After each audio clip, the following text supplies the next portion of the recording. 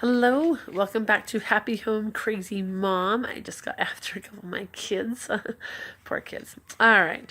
So, this is my third time trying this one, but I think this is an important thing that's worth sharing, so I'm going to try it again, is avoid manipulation at all costs. And so what I mean by manipulation is I'll give you an example. The other day, I came home and I had been on a trip with some of my kids, most of my older kids, and I came back to my younger kids, and they had a bunch from there that were younger that were watching each other. Plus, I had my oldest son here.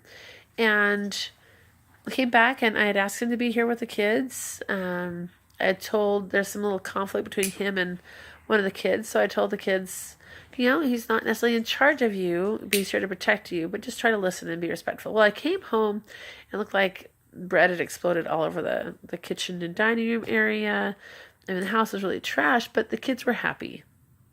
And my son was upstairs taking care of something on the computer, his phone, and they were fine. I had been gone for about 5 hours, and they were fine. My oldest one home was 10, and the kids were happy for the most part. Baby hadn't been changed, but I was frustrated when I got home, and I saw that the baby was soggy, and I saw that the mess that had been made, and I had some thoughts in my head that were very negative and critical when I came home. And so traditionally what I would have done, not traditionally, what my habit would have done is I would have come in and said a few choice remarks to different people, let them know where they could have fixed things. And then if I cleaned up myself, then I would have grumbled about it. Instead, what I tried to say out loud was, I am so thankful that the kids are healthy and happy, and that's what's important, and this can be taken care of. And then I tried to really embrace that idea. I tried to lose the victim mentality and just move forward. Now, this is not an easy thing, but I thought, the other method of feeling sorry for myself and making comments normally makes it even worse. In fact, the kids don't help as much if I do that. So I thought, we'll try this. I'll try just moving forward. So it's working now. So can I tell you what happened? So I cleaned up. I did. My oldest son didn't apologize. He didn't talk. I mean, I don't know where he's coming from. We don't sometimes communicate as well as we could. That's another thing I can improve on. But later that day I noticed he was happy, he was positive, he took care of his own areas nicely, he was respectful.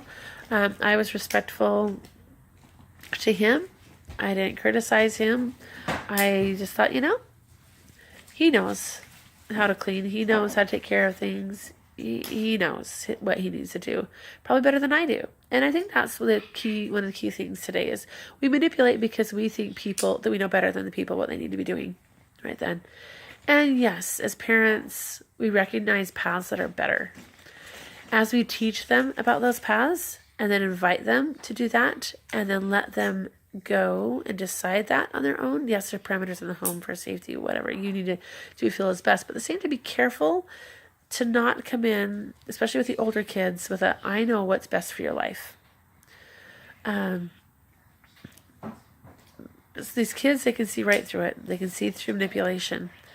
And so in this case, I tried to just really embrace it. My goal wasn't to have him clean the house. My goal instead was just to clean the house and trust that if something needed to be fixed, that his conscience would help him fix it.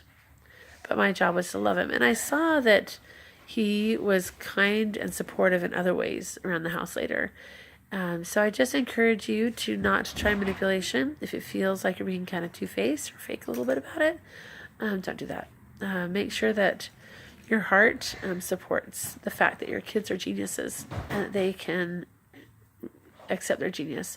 And if you manipulate, often they'll go the opposite direction just to prove that they're not going to do what you're trying to manipulate them into because they can sense it. So don't manipulate.